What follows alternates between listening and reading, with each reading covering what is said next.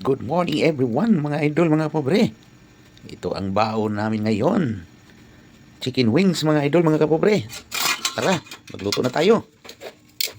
Marinated na po yan ng overnight. Kalamansi, tuyo, at saka oyster sauce mga idol, mga kapobre. A few moments later. Balsal na natin para masunog.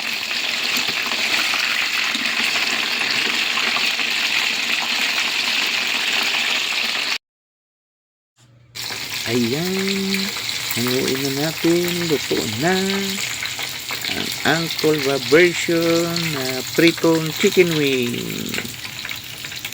Ingat-ingat po tayong lahat mga idol, mga kapobre.